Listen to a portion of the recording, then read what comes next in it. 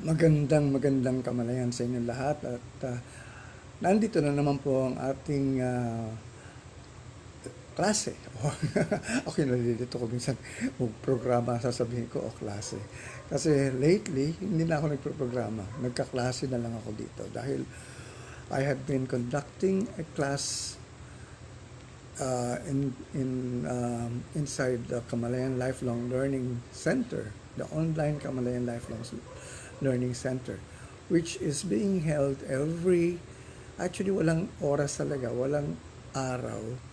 At ito ay at random ko ginagawa to find out kung saan mas maraming nakakapanood. And so, kung saan ay meron akong mas maraming viewers, doon ko mas ginagawa regular. At this point in time, kung yung 5 o'clock ko, mas maraming viewers kaysa sa pag-umaga. Kasi I tried once na magprograma sa umaga, pero parang busy lahat ng tao. I don't know kung saan busy, pero yun na nga, nasa bahay lang tayo lahat, karamihan. Pero wala akong masyadong interaction with the regular, I would say, regular Kamalayan friends or students for that matter. Kasi dito sa eskwelahan, well, ang turingan na natin ngayon muna ay kayo ang aking estudyante, ako ang inyong guro, teacher. Ako nga pala si Teacher Tato Malay. At dito nga sa ating programa o sa ating klase ay pinag-uusapan natin ang mga bagay na may kinalaman sa nangyayari ngayon. Kasi ang karamihan ng tanong ngayon ay kung saan na tayo pupunta, anong nangyayari, paano na tayo, anong pwedeng gawin, bakit ganito. Ang daming katanungan na kailangan masagot. Alright. Ako ay hindi ko masasabing nasa akin ang kasagutan. No? Pero as I have always made mention in the past, etong nangyayari ngayon, in-expect namin na mangyayari sooner or later. And it happened sooner. O bakit namin ina-expect na mangyayari itong pandemic? Well, exactly, hindi ko alam noon kung magiging ang sanhi ay isang virus. Pero ang alam namin talaga ay titigil ang mundo. Titigil ang pag-ikot ng mundo. Hindi.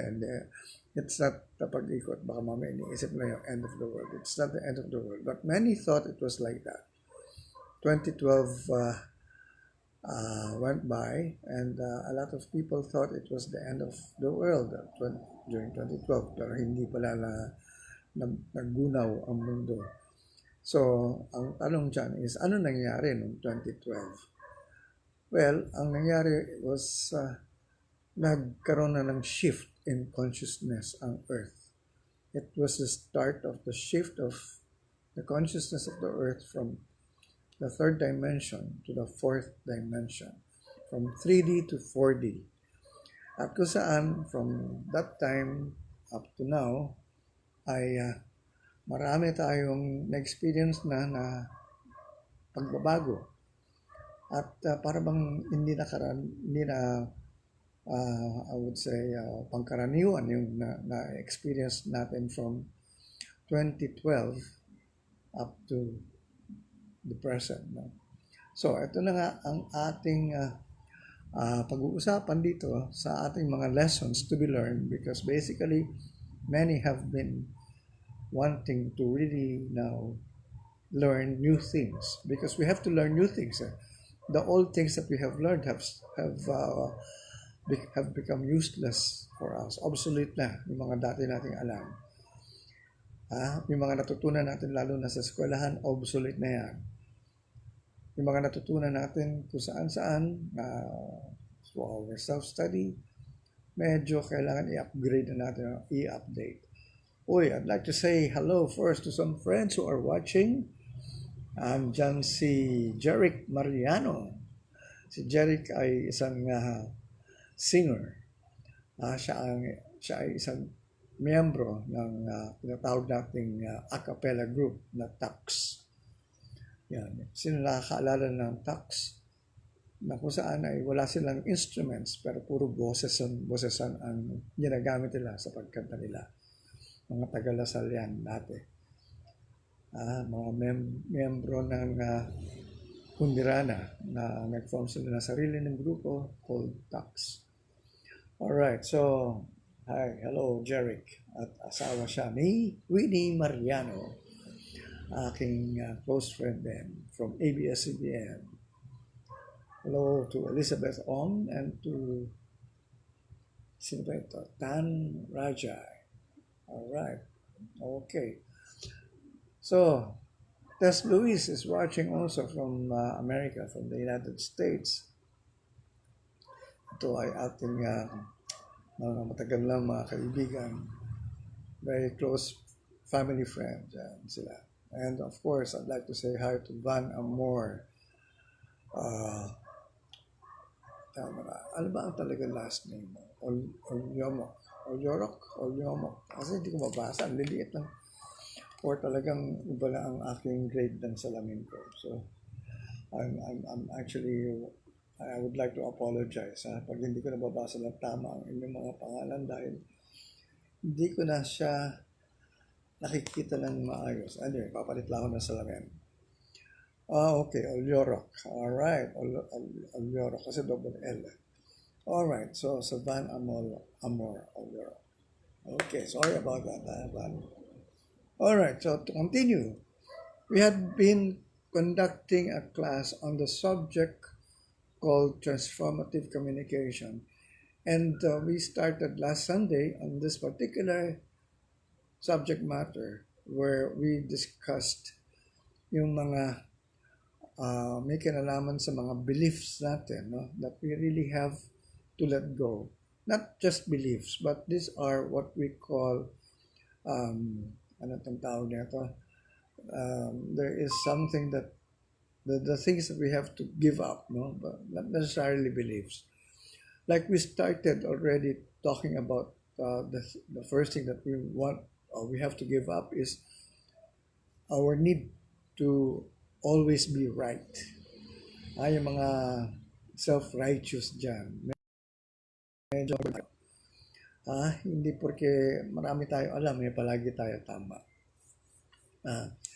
Many of our most of our unhappiness stem from that, being self-righteous or the need to be right. And the next one that we took up was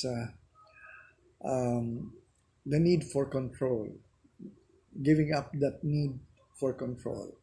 Many of us are very controlling when it comes to, for example, sa opisina, lalo na kung boss ka. Sabagay, tama naman yun. You have to be controlling in a way. Kaya lang, kung too much naman, and every movement, wala ka nang binibigay na puwang or allowance to your employees or to your people, na kung saan pwede naman nila magawa ng parang kakaibang bagay, pero gusto mo according to your standards or according to what you want.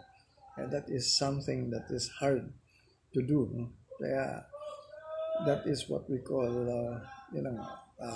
taking control of others. So marami tayong ganyan na mga ginagawa. And another one that we took up was also this thing called blaming. We cannot blame ourselves, so we blame others. We blame our friends, our relatives, our employees, our bosses, pag naubusan ka na mag-blame, pati si God, bine-blame mo na. Yung iba naman, dahil hindi nila ma-blame si God, bine-blame yung demonyo. So, they will really just look for another being or another person to blame. And that is a cause for unhappiness. You're not being able to admit your own mistakes. You cannot blame others all the time. You have to admit sometimes that you are also to be blamed also. And the last one that we took up, or no, not exactly the last one, the other one was yung mga self-defeating self-talk natin. Ayan, partly, ito yung mga dinidiscuss natin sa mga beliefs. No? napako tayo sa beliefs. Because dito sa ating number 5 ay, giving up your limiting beliefs. And this is where I am enumerating something like 50 limiting beliefs. So, napako tayo dito sa number 5. So, to continue, ito mga limiting beliefs. Marami na tayo na pag-usapan. As a matter of fact, ano na ba tayo? Nakakailan na ba tayo? Mukhang nakaka-anim na tayo. Siyam. We had already been discussing 9 limiting beliefs. Like, for example, the last one that we actually talked about was man is basically unworthy, and we stopped at sex is dirty. Yan. Sex is dirty. Actually, napag-usapan na natin ng medyo extensive yan kahapon. Pero I would just like to add more to that, no? Because when it comes to sex is dirty, meron tayong mga guilt feelings about our sexuality, no? There are some fears about arising from the belief of being of that belief na sex is dirty. Nagkakaroon tayo ng mga guilt when it comes to our sexuality. At ano-ano itong mga guilt na ito? Because marami itong guilt about sex. They stem from our religious upbringing. Maraming pinagbawal sa atin. Ano yan? Masturbation is a mortal sin. Kita nyo, masturbation daw is a mortal sin. Paano naging mortal sin yun? Ibig sabihin, pag pumatay ka ng tao, that's mortal sin. Pag nag-masturbate ka, that's mortal sin also. So, paano ang degree, ng ibig sabihin ng mortal sin? Kaya nga, para bang, ito yung mga nakakagulo in terms of, or gimbal sa ating isipan. Pumatay ka ng tao, mortal sin. Mag-masturbate ka, mortal sin. Hindi ka pupunta sa langit, sa impyerno ka pupunta. So, sabi ko, paano mo maaayos yung pagkatao mo na maganda kung yun ang mga kaisipan natin, mga paniniwala natin. Alright, ano pa ba mga natin? Yung mga guilt, mga being ashamed of our sexuality. Like, for example, many of our women, women actually feel ashamed when it comes to their organs in terms of maliit daw yung boobs nila, sobrang laki ng boobs nila, wala silang boobs. So, ito yung mga bagay-bagay na nagkakaroon sila ng mga judgments about themselves na kung saan they don't become happy about as to what they have. And so ito yung mga bagay na nagbibigay sa atin ng inferiority or insecurity.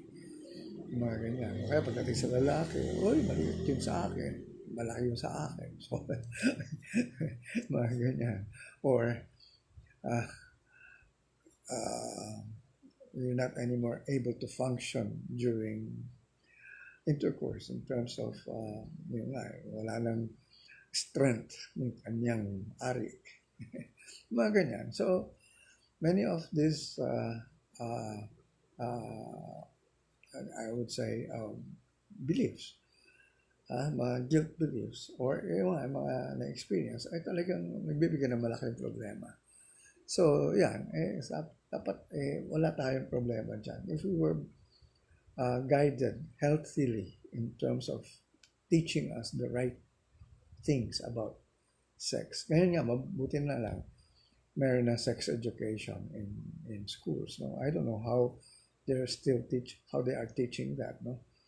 Pero, well, I suppose it is helping them. Otherwise, where will you learn about sex? From your friends, from your TV, from YouTube, from the internet. And so, ano klaseng learning yung makukuha mo doon? Kailangan nga pag-aralan ng tama yan. It should really be taught in schools as well. Alright, so let's see first who are watching here. Ang dami na pala nanonood. Mary Ann Dorilag is watching. I think this is from Zamboanga. Teacher Rack is watching. M. Centeno. Hello, M. Hello. Good afternoon too. Alright, so ako ay, alam nyo, wala akong preno pag nagsasalita ako sa ganito. I mean, wherever I am, even if I'm lecturing somewhere, I speak my mind. Or sometimes I don't know nga what I'm saying anymore. Something or someone else takes over me. Kumbaga para ako na-channel. Bigla na lang meron ko sinasabi na hindi ko alam na sinasabi ko pala. I don't know if you believe in that, but sometimes it happens to me. So, kung minsan yung iba, mga friends ko who are highly spiritual, napupunan nila yan eh. Nasabihin na, Tato, hindi na ikaw yung nagsasalita. Parang iba na yan. Bakit yun nalaman? Well, first, nag-iiba raw konti yung boses. Second is, the way I would talk, iba na rin. So, alam na nila, hindi na si Tato yan. Ay, pwede naman ako magbago. Artista ako, kaya kaya ko mag-iba-ibang boses. Alam daw nila kung ako ay nagkakaroon ng ibang anyo. Kakatakot ng anyo. Alright, let's continue our sex is dirty. Ano ba ang mga kailangan nating itakil dyan sa when you say sex is dirty? Well, siguro yung mga ganun lang na ako. A lot of people really are not happy with their relationships in terms of with their sexual partners because may mga guilt feelings na lumapasok eh. When in fact, dapat wala. You're supposed to just enjoy it. It's supposed to be pleasurable. Kaya nga, marami sa akin nagtatanong, how do you really know when it is really satisfactory? Sabi ko, nasa sa inyong dalawa yan. Kung hindi kayo satisfied, tell the other person. That is still in terms of communication. That's why this is under the subject called transformative communication. Because hindi pwedeng manghuhula yung partner mo as to what you want. If you need to be satisfied fully in terms of sex, sabihin mo kung ano yung mga magbibigay sa iyo ng magandang I would say makaramdam. Or what would make you feel more satisfied or pleasurable. You have to tell openly. You cannot just keep quiet. Parang pakiramdaman lang kayo, nagkakahiyaan pa kayo, ay mag-isawa na kunyari, mag-isawa kayo, partners kayo, or live-in kayo, whatever. Pag-usapan nyo. Pwede naman yan eh. Ito ang magpapasaya sa akin. Ito pa isa. Ang paniniwala, oral sex daw is only for prostitutes. Sino nagsabi naman nun? Oral sex. Oral sex is okay. I mean, why would you not do it if that would make you happy? Pag-usapan nyo, what would make you happy? If that makes you happy, okay, do it. I mean, yan ang mga bagay na walang, I would say, masama. Ngayon, ang tatanungin kung ayaw nung partner mo. Well, that's exactly where the problem would arise already. Many times, naghaharap daw ng iba dahil hindi sila masatisfy fully because there are things that their partner won't actually allow them to do it. I mean, gagawin. And so, naghaharap ng iba. Pero kailangan pag-usapan pa rin. Bakit ayaw gawin or bakit hindi niya gusto?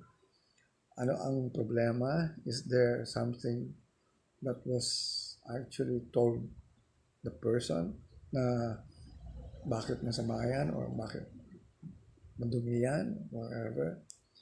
Kasi lahat naman yan mapapag-aralan, well, But yun na nga eh.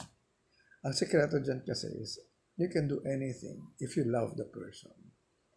Without that love, para bang ang hirap eh. Para bang hindi mo magawa. Kasi nga, a lot of times, especially with women, they cannot actually enjoy it or have sex with the person they don't love. There has to be love first. With guys, it's different. Pero yun na nga, with women, it has to be kailangan mahal nila. So, kailangan, sige, yun ang nature ng babae. Pero sayang naman. But, you know, you can explore more. Maybe ngayon nga nakikita natin mas daring na nga ang ibang kababaihan ngayon eh. They have studied, I don't know, through where they learned from it or where they learned those things. Pero siguro sa internet, sa movies, sa mga friends nila, kung sinasabi. And somehow, yun na nga. If someone cannot, like for example, I know of some friends, sabi nga nila, my partner cannot satisfy me. So I bought a vibrator. No problem with that. At least satisfied ka na. I mean, alam mo na kung anong gusto mong gawin. Okay, so much for that. So, as I've said dito, walang masama, I'm just talking about consciousness here. Whatever is supposed to happen in terms of us as human beings as well, we have to really be able to accept that. We have a body and we have to know exactly how to use our body. All right, Lakan, Bagwis, Buhawi is watching. Ito si Lakan, ang naging arranger ni Andrew E. dun sa albums niya, sa album ni Andrew E. sa Sony Music noon. Okay. Alright, so let's move on. So, let's go to another unconscious belief of us Filipinos. When you say unconscious, para bang ito ay hindi mo kusang paniniwala eh. Para bang dumaan sa iyo, dumaan sa iba't ibang henerasyon na pamana sa iyo. Naging part of your growing up na kung saan tinanggap mo na hindi mo question. Natuloy, naging bahagi na ng buhay mo. And this is exactly what is happening to a lot of us through our consciousness, through our subconscious. Pumapasok yung mga bagay-bagay na hindi naman natin talaga ini-intend na ilagay dyan. Pero, since palagi natin nadidinig nung bata pa tayo,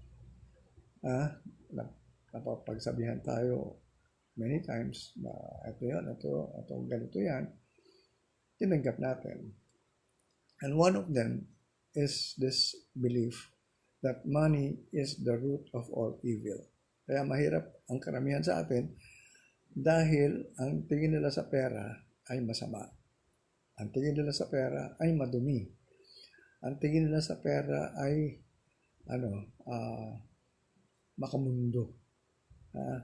Kaya sabi nga nila, ito yung mga paniniwala nila in line with that belief that money is the root of all evil.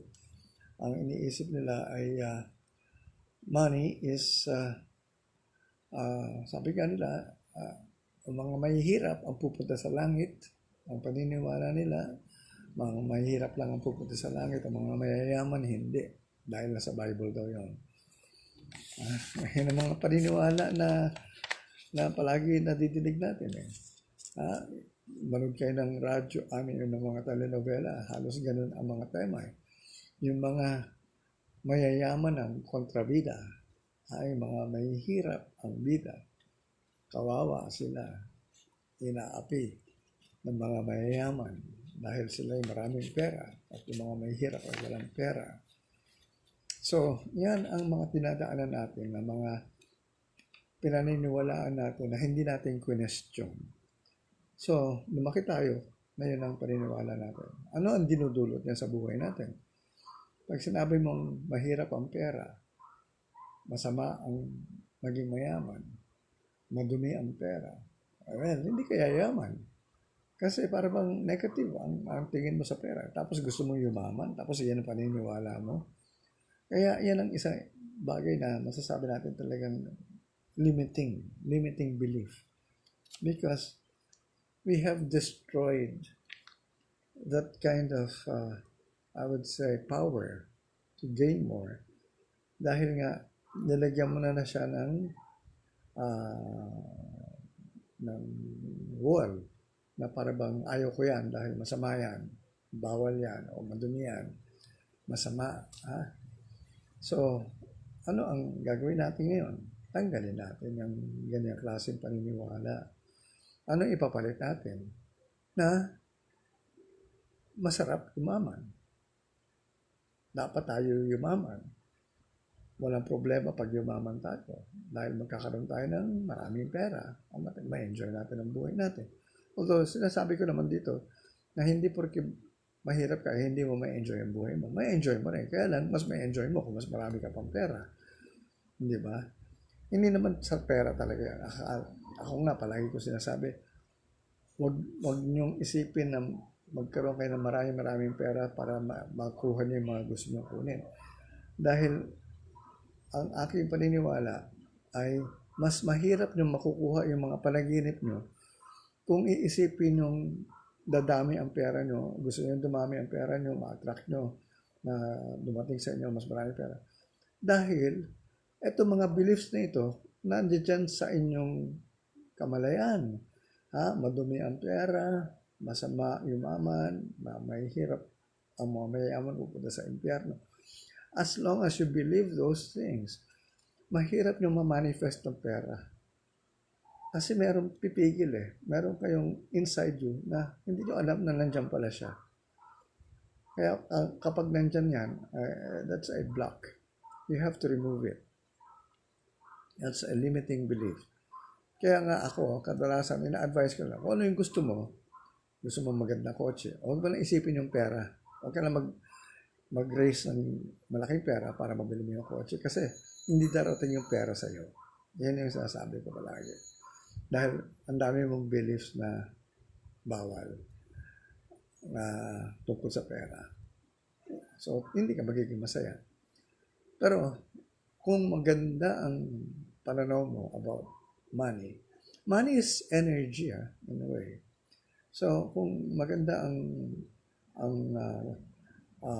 pananaw mo or ang paniniwala mo about money, ma-attract mo ang pera. There was a time I attracted a lot of money in terms of what I actually used to do before. And why? Why did I attract all those money? Well, because I never had issues with money in terms of thinking that it was bad or it was dirty. Okay. So, nakuha na siguro ninyo yan. Oh, okay. Lolita Villanueva Gibon is present in our class. Alright. So, roll call tayo You're late. Alam niyo, dati ako ay isang professor. So, pag nag-roll call ako at the start of the class, pag dumating ka 10 minutes after, you're considered absent na. Mahigpit din ako noon sa mga attendance. Kasi nga, alam nyo, sa akin, sa pagtuturo ko noon, I actually taught in Assumption College for 18 years. And so, pag ang estudyante, late, almost half the class, hindi na nasiputan. So, ang dami na niyang hindi nadinig. Ako, I wouldn't mind as long as pumapasok ka, kahit na sabihin mong hindi ka nakikinig sa akin, basta pumasok ka lang, okay na yon. Bakit? Kahit paano kasi, makikita mo, ay madidinig mo yung mga sinasabi ko. Kahit na sabihin mong hindi mo talaga gustong pakinggan, pero somehow, since you're there, you cannot help it, but wala ka namang kausap kasi bawal din makipag usap sa iba. So, yun ang Yun ang one po sa kanila. So, wala silang lusot kung hindi makinig. Alright, I'd like to say, read first one thing here. Si Lolita Villanueva Gibon kasi is coaching daw a client pro bono. My apologies. Was going to just watch the video. Nagbibiro lang ako sa iyo, Lolita. Kaya lang, I was just looking at this particular video as a class nga. Kung saan ay, para sabi ko nga, nabanggit ko na nagbibigay ako ng nagko-call ako ng attendance. Alright, si Marlo, assistente, is watching also. Okay, so tuloy-tuloy tayo. Another belief that we have to let go is, ito, marami akong batikos na nakukuha pag ito hindi discuss ko dahil this is a very sensitive thing. Ito ay isang belief na pag pinag-usapan ko ay maraming nag-disagree because maraming tinatamaan. Okay, ano yung belief na ito? That God is a punishing God. Alright. Anong paniniwala ko? God is not a punishing God. God is a loving God. Walang punishment. Walang, I would say, kasalanan. Walang sin. And God doesn't even have to forgive. Does God forgive? Siguro magandang question. Does God forgive? Does God forgive us? I mean, ewan ko lang sa inyo. Anong ang concept nyo ng isang Diyos? Ano ang pananaw nyo when it comes to the word God? Hi, Kuya Tato. Sabi ni Tess Evangelista. Hello, Tess. Ano ang pananaw nyo sa ating Panginoong Diyos? Pag sinabi mong Diyos, ano ang tingin nyo dyan? Hindi ba Almighty, all-powerful, omniscient, omnipresent? Almighty. Siya yung malakas na, I would say, yung all power nasa Kanya. Tapos sasabihin mo may kahinaan siya. Bakit ko sinabi, ano yung kahinaan na yun? Ibig sabihin, gumawa ako ng kasalanan. Sa religion kasi, pag sinabi gumawa ka ng kasalanan, nasaktan mo ang Diyos. Yun ang isang paniniwala pa rin na hindi ko ma-reconcile sa aking pag-iisip, sa pag-aaral ko ng may kinalaman sa Diyos. How can I hurt God when God is Almighty? Ang yabang ko naman, sabihin ko, nasaktan ko ang Diyos. Kunyari, isang super being, Superman, or isang macho man na talaga malaki-malaki, sinuntok mo. Talagang, paano mo sasabihin na masasaktan mo siya? In fact, grabe ang katawan niya. Talagang maskulado. Tapos, ako, itong katawan ko to, susuntukin ko siya, masasaktan ko siya. Okay, just comparison. Look at the concept of God.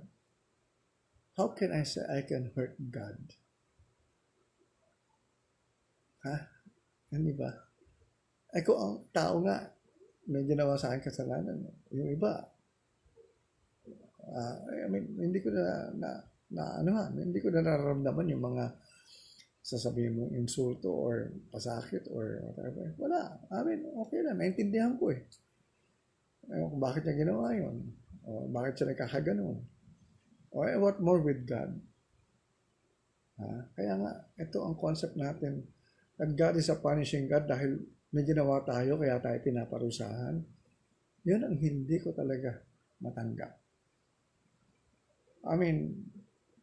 Kung naniniwala kayo dyan, I will not try to change your belief. But again, as I've said, many of the things that we have believed in this context is what we are, is why we are now like this.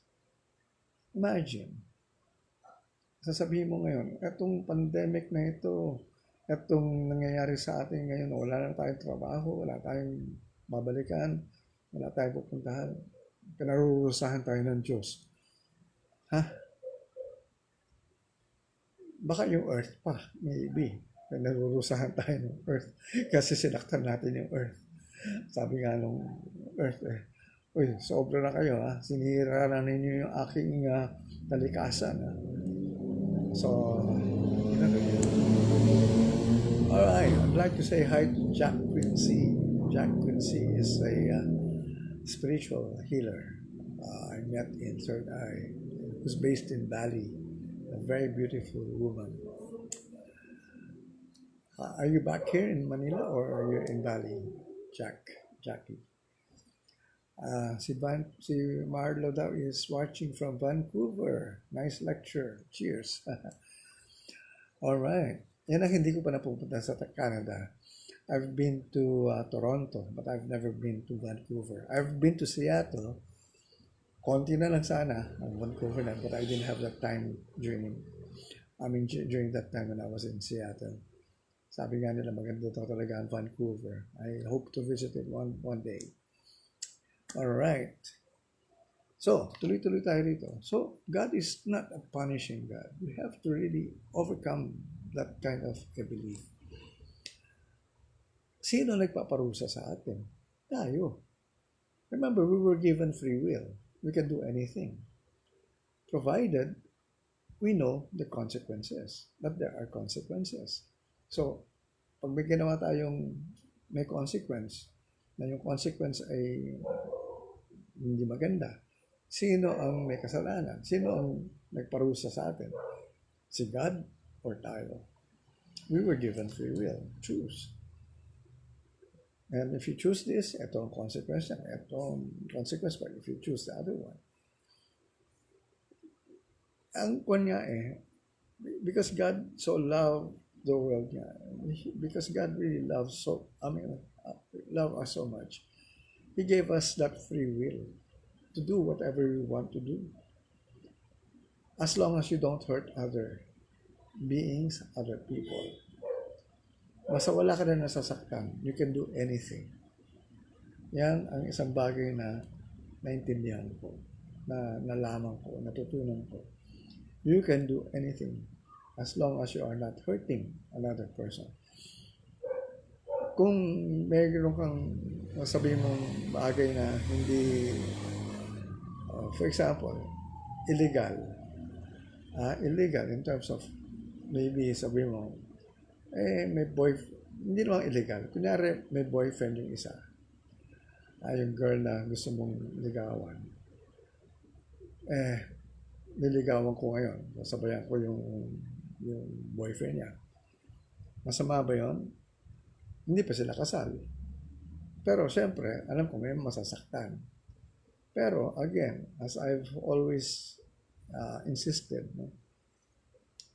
All is fair pag hindi pa kasal. Pwede mo siyang sabayan. Kasi it is also a way of finding out kung totoong mahal ka niya or mahal talaga niya yung boyfriend niya. Kasi if there are no situations like those, hindi niya malalaman kung talagang mahal nga niya talaga pala yung boyfriend niya o hindi. And somehow, you can give that kind of I would say, an opportunity for her to learn. Pero yun na nga, ito yung maganda pag-usapan. This has something to do with love. Yung statement na what God, in biblical phrase na, what God has put together, let no man put asunder. Actually, hindi totoo yun. What God has put together. Actually, hindi naman kasi ang dami lang ang kinasal, naghiwalay. Mga nagkasal pa sa kanila, mga cardinal na, tapos sasabihin na well, they actually found something to, a reason to break up. So, we are giving that absolution. So, sabi nga, paano mo i-reconcile yan sa what God has put together, let no man put asunder. So parang you're breaking your own laws or your own beliefs.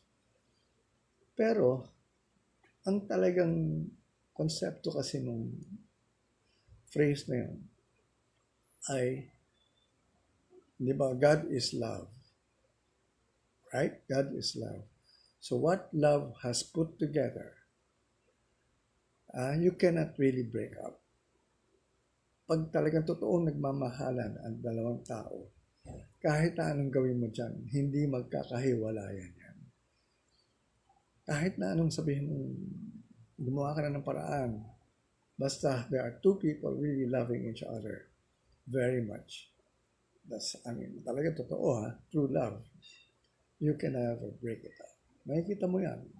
Many of the love stories we've seen on television, mga true stories, to the test of time, nagkabalikan, kasama uli, and they're still together. So, totoo yan. Pero the moment love is not there, the moment there is a fissure, ano tawag ito, merong lamat dun sa pagmamahalan na yun. Tapos na yun. So,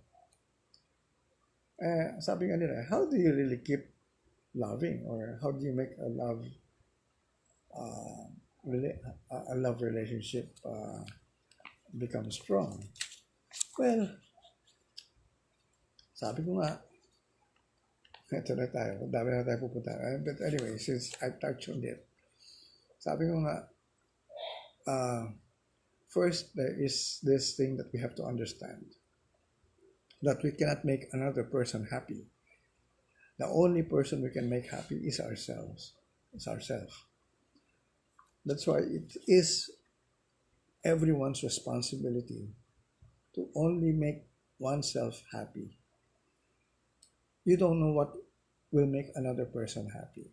So, kumbaga, pag-usapan niyo yan, I am not responsible to you for your happiness. I am only responsible for my happiness. Dapat ganun ang usapan niyo. You know what would make you happy. Do it.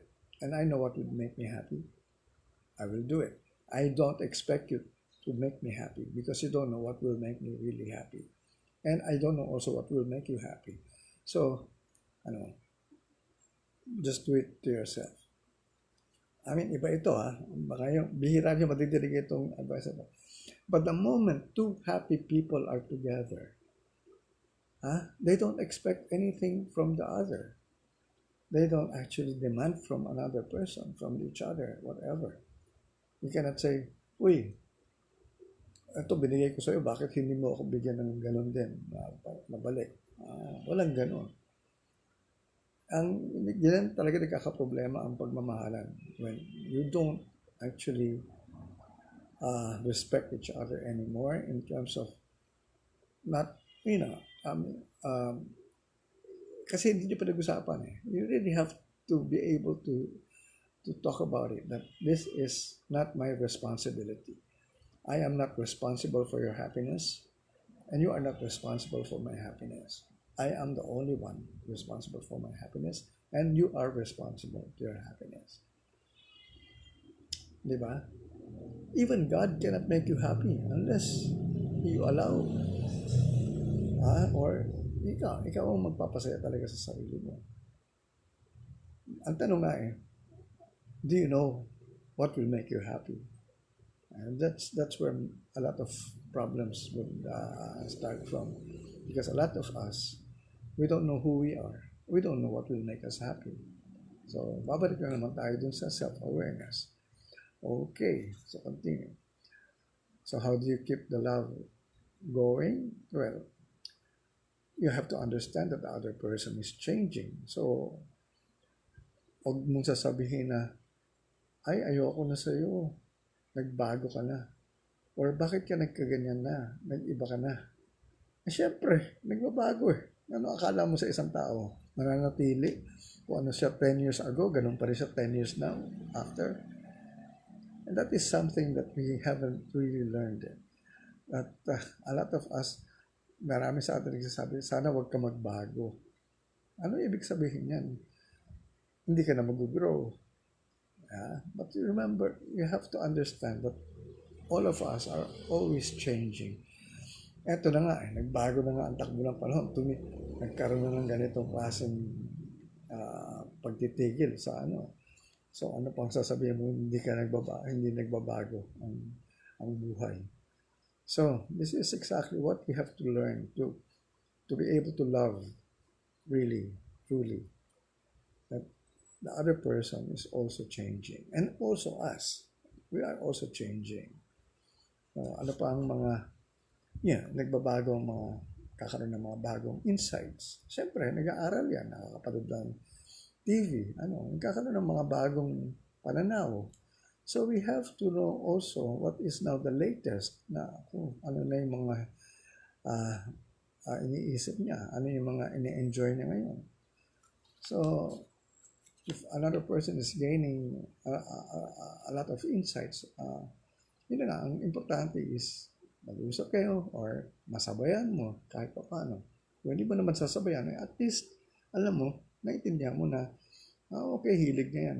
Sige, gusto niya yan. Hindi yung, nako, ito na naman siya. Iniiwan na naman ako. Pinabayaan na naman ako. Siya lang ang lumakad. Siya lang ang lumabas. Mga ganyan ba? Tampo ka na naman. Tampurorot ang tawag dyan. Alright, so, and another one is, many of us are always changing directions. O ano yung mga plano natin noon, nagbabago yung mga plano. And we have to understand that. Hindi pwede sasabihin mo na, ano talaga nangyayari sa buhay mo? Bakit ka nagkakaganyan? Siyempre, nagbabago direksyon ng buhay natin. Hindi mo pwede sabihin na hanggang dyan ka na lang. Hanggang ano yung gusto ko, yun lang ang gawin mo. Hindi mananatiling tatagal yung pagmamahalan niyo pag ganyan kayo. So, ang hirap pagmahala kung talagang susundin niyo itong mga kan. Kasi you really have to be more open-minded, to be more appreciating of the other person.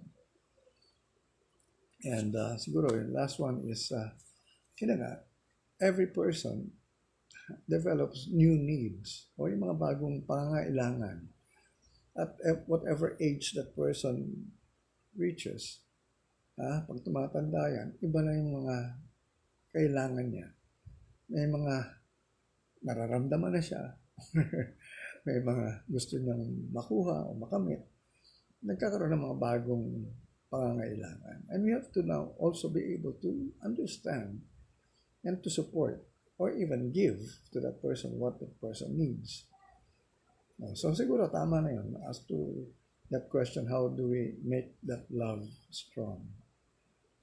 So, kung may katanungan pa kayo, later on, just let me know. Ramil Vela is watching and si Juliet, pinsan ko ito, si Juliet Malay, Kadawas. Kamusta ka na, Juliet? Kamusta na kayo dyan? Saan ba kayo ngayon?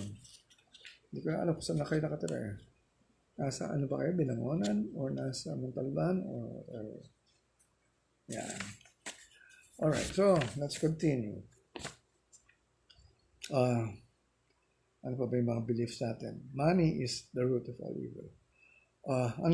God is a punishing God. And doon tayo nagsimula God is a punishing God. So ang dami na natin dinaanan na mga bagay as a result of that belief. God is a punishing God. God does not punish us. That God doesn't even forgive us. He doesn't have the need to forgive us. Dahil He doesn't get hurt. Tayo ang kailangan magpatawad. Kasi kung hindi tayo magpatawad, tayo ay magkakasakit. You remember that. We need to forgive others. Because if we cannot forgive, that will take a toll in our body. Magkakasakit tayo. Si Strawberry Lapitan is watching, my former student. Strawberry, estudyante kita uli ngayon, sama ka dito. Walang grade, okay lang. Alright. Another belief is, life is short. Kaya nagmamadali ang karamihan dahil maiksi lang daw ang buhay ng tao. Depende. kung gusto mong maiksi o gusto mong mahaba. Ha? Pwede ba yun? Oo. Sabihin, nasa sayo ba? Well, nasa sayo kung gusto mong iksian ang buhay mo. Yung iba dyan, nagko-commit na suicide. May maiksi. Pero normally, life is not really short. Life is what we make it. And it is not us who will say when it's time for us to leave our body. It is our soul's choice. Kaya ang tanong sa inyo is, ano pa ba ang kailangan nyong gawin dito sa mundong ito na hindi pa ninyo ginagawa?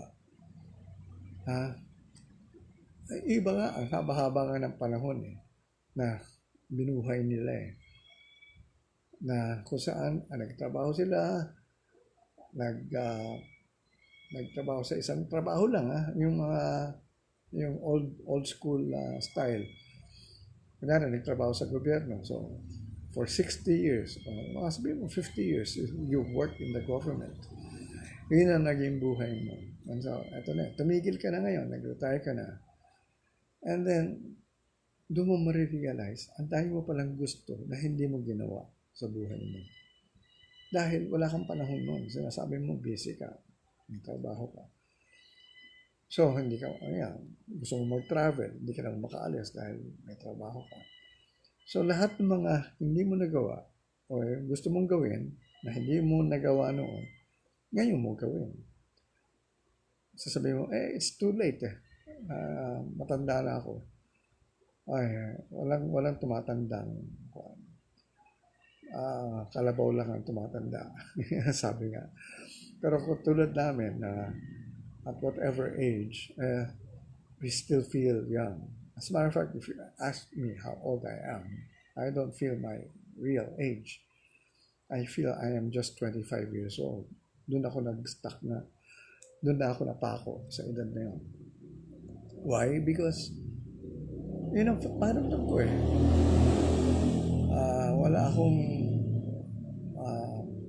notion of someone who is old. Kasi I always enjoy or appreciate life. And if you appreciate what's going on in your life, all the little things that you see around, you are young forever. And that is what makes you young. Pero pag sinabi mong, ay naku, wala nang kalatoy-latoy talaga nangyayari sa buhay ko, pareho na lang, ayan, matanda ka na nga. Ang sabihin yan, wala nang bago, wala nang enjoyment. And so, that is where the start, that is where every sickness or ailment would already come about and start taking over your body. Kaso, kami, young at heart, feeling young. So, we just continue doing what we had been doing for the past, walang umaawat sa amin. Kahit sabihin mong, senior citizens, hindi pwede lumabas. Sino nagsabi? Kanina lang, nasa EDSA ako. Anyway, so, I am able to do what I want. Alright, so let's go now. So, life is not short. And we should not actually look at it from that point of view. Ang isipin natin is, huwag muna isipin na ang haba pa ang buhay, na pwede ko nang i-postpone lahat ng gusto kong gawin bukas. Sabi mo, 10 years na lang yan after. Next 10 years, doon ko na lang gagawin yan. Yun naman ang opposite ng life is too short. Life is too long. Ngayon, the only life that you have right now is the present. What do you make out of your present moment now? Yan lang naman ang tanong dyan. Walang future, walang past. What are you doing now? How are you living your life at this point in time? At this very moment? Masaya ka ba? Like for example, ako, if I open the radio and there is something that is danceable, I dance. Why? Because feel ko yung music. Kahit nag-iisa ako sa bahay, I dance. I move. And that makes me feel young. Kayo, nakaratay sa banig. Nakahiga. Tumayo kayo at move around. Galaw-galaw nyo, katawan nyo. Hindi kayo pwedeng nananatili sa isang lugar lang. Alright, let's continue our limiting beliefs. Kailangan matapos ko ito Kasi ito yung kailangan natin baguhin ngayon this lockdown. Ito yung mga dapat natin tanggalin sa ating buhay para ma-firm up na natin kung saan ang gusto natin mangyari sa future natin o sa tayo pupunta. Pero as long as you are still believing all these things, you're stuck in that past life. Kahit na nagbago na ang mundo, nandun pa rin kayo sa lumang mundo. Yun na nga We came from a 3D world or third dimensional world. Nag-shift na yung consciousness into 4D, the fourth dimension. Ang nananatili pa rin karamihan sa atin, nasa third dimension. Nasa victim mentality pa rin tayo. Tumitingin tayo sa may swerte o sa malas, kaya maraming tumataya sa loto. Ang importante, iniisip natin dapat para makasabay tayo sa 4D. Ito nga sa Kamalayan na palagi ko sinasabi, we create our world. Our consciousness is the one that creates our reality. We should be consistently creating many things that we would want to experience in life. Ang tanong is, maasa kayo sa nangyayari. Kung ang kamalayan nyo, present state of your thoughts or your consciousness is negative, all the things that will just come to your life are all negative things. So tapos sasabihin nyo, ang malas ko naman, kawawa naman ako, bakit kakaganito ang buhay ko? Ikaw ang nananatili sa ganyang kalagayan What you are or who you are is what you are going to create or what you are also going to attract. You are just mirroring everything. Maganda tanong ito. What do you think is the difference between spirit and soul? Okay. Alright. Magandang tanong yan, Marlon. In Kamalayan, ito ang aming palagi sinasabi. We have three aspects in our body. We have the soul, we have the spirit, we have the soul, and we have the body. Alright. The spirit in us is the God in us. The spirit in us is the God in us. Remember, we are one with God. Diba? Yung spirit ni God is also our spirit. We are, kung sa ocean, you take a drop from the ocean and you put it under the microscope. Yung droplet na yun is still the ocean. The parts of that ocean in that droplet are the same also. Are the same parts also in that particular small droplet. In the same way that if God is everything, God is everywhere also.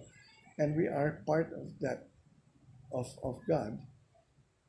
So, that Spirit of God is also in us. We have gotten that Spirit. As a matter of fact, ang belief nga na amin sa Kamalayan is God is experiencing itself through us. Alright. Ito ngayon, ano yung soul? Ano yung difference ng soul from spirit? The soul is that part of us that knows that it is spirit and body. Okay? Siya ang nakakaalam na siya ay spirit and body at the same time. Remember, it's the soul that occupied our body. So, alam niya, it has to have a body, and the soul also knows it came from that one spirit. Alright? So, yun ang explanation ko. I don't know if I answered your question very well. If you're happy, Marlo, with my answer to that. So again, for everyone else, the spirit is the God in you. The soul is the one that knows that it is God and body. And the body is the body, the physical aspect in us. Hi to Mao, or to Moon, Mamu. Alright. Medyo may maingay sa aking kapitbahay. Alam mo kung anong ginagawa nila. Alright, so life is short. Alright, next belief that we have to also eradicate from us is beware of strangers. Huwag kang makipag-usap sa mga hindi mo kakilala. Hindi ba? Sometimes sabi nga, angels come to us as strangers. Tapos hindi mo kinausap. Yung pala, angel pala natin yun. Ano man ang masama sa makipag-usap ka kahit kanino? Depende yan eh. Pag nagkausap na kayo, malalaman mo kung gusto mong gawin siyang friend o hindi. Kunwari, kayo ay nasa isang party. Huwag na yung party kasi bihira na tayo mag-party ngayon. And then, let's say, saan ba tayo nagkakaroon ng mga pagsasalo-salo na hindi tayo magkakakilala? Let's say, we attended a wedding reception. A wedding reception, may mga assigned numbers dyan. May assigned positions or places tayo sa isang table. And many times, we are seated beside people we don't know. Or not exactly be seated beside, but on that table are people we don't know. Di ba? Hindi naman lahat yan magkakilala. Assign ka lang dyan kasi ito yung sasabihin na, sige, bagay ito dyan dahil part of the group or part of the So, yan ang mangyayari. And then, ito ka ngayon. Nandiyan ka ngayon sa wedding reception, nakaupo, mag-isa, wala kang kasama, tahimik. Kakain kayo, merong mga program, pero hindi ka nag-uusap-usap. Tama ba yun? Sasabihin mo, nakakahiya eh. Bakit ka mahihiya? Hindi, kausapin mo lang yung whatever, start a conversation with the other person. And so, who knows? Baka tulong pa yan.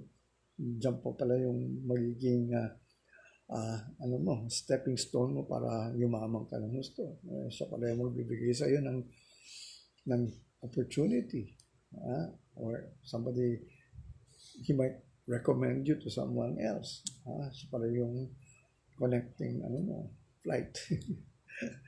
So, there's nothing wrong with making friends with strangers. Kasi I'm an extrovert, so I don't find it hard to really talk to anyone. Kahit kanino-sino, kinakausap ko eh. So, walang masama ito. Bakit ba? Kasi yung wala kang kinakausap, tapos aalis ka na lang sa party mo, sabi na, party, hindi ko na-enjoy. Wala kang ma-enjoy talaga dahil wala kang kinausap eh. Wala kang hindi ka nakihalubilo. Yeah. So, let's move to the next belief. Ito yung kahapon actually na discuss ko. I will not talk about this anymore. Ayan, ito isang belief na when you laugh too hard, tawa ka ng tawa, susunod niyan iiyak ka raw. Anong kalokohan ng belief na yan? Kasi may mga nagsasabi, naku, kaya naman pala, ang saya-saya ko kagabi. Bigla na lang, meron masamang balitan dumating. Hindi ba may mga ganyan eh? Na kung saan ang saya-saya nila, tapos sasabihin nila, ako, makakatakot to, baka may mangyayaring masama. Kasi ang saya ko ngayon. Saan naman galing yun? Ang dapat nga palagi ginagawa natin, magsaya palagi, so that we don't actually receive those bad news or we don't attract those negative things. Kasi if you're happy, basically you will just attract more situations that will make you happy. Ganun yun eh. If you understand the principle. So, basically, yan ang dapat natin iniisip. Tanggalin mo na yung pag masayang ngayon eh, may darating na kalungkutan. Hindi totoo yan. Ano pa ba? I am only human. Ito, pinag-usapan na rin natin ito kahapon. If you want to know more about Kwan, we have 2 episodes already. This is the 3rd episode on this particular topic. Na ang haba-haba nga nito. Kaya kailangan ay maging kwan kayo rito. Maintindihan ninyo ito by going back to my previous videos. So, part 2 and part 1. Parang may appreciate nyo. Mas mahaba talaga ito. Sayang naman kung hindi nyo nakuha yung iba. Kasi hindi ko na pwedeng balikan ngayon dito. Alright.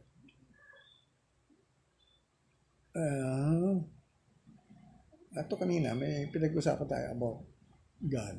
Again, I will go back to this particular concept, no? Na our belief in terms of how our religion really taught us about these things. Ang sabi nga we are born with original sin. Alright. Ano ang nagiging kanyan? If you are born with original sin, dala-dala mo kaagad ang isang balakid na kung saan ay parang ano yan? Wala pa akong ginagawa, may kasalanan na ako. Tapos dala-dala mo na yan. Palagi sinasabi sa you're a sinner. Ayan. Tapos ito ang kung dyan is ang prayer, lalo na doon sa prayer na Hail Holy Queen ng mga Catholics. Now, we are poor banished children of Eve. Ito ay isang paniniwala ng karamihan na talagang isinumpa tayo. We are poor banished children of Eve. Pinalayas tayo sa paraiso dahil sa kasalanan natin. So, wow. Talagang ito ay magiging sanhi ng mas maraming magdudulot sa ating pagdurusa. Kasi, tinanggap mo yan.